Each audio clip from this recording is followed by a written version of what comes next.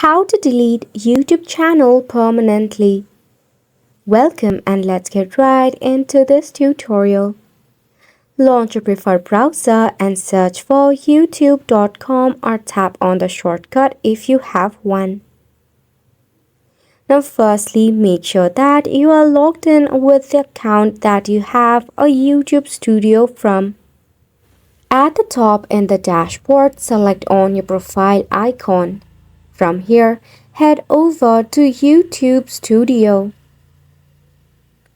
Once you are in here at the side, you need to head over to the Settings button.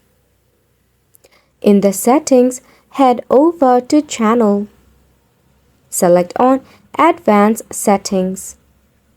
Scroll down until you see the option of Remove YouTube Content and click on it. Now all you have to do is enter your password, then select on Remove or Delete YouTube channel for confirmation. After which, all of your data related to your YouTube channel will be removed.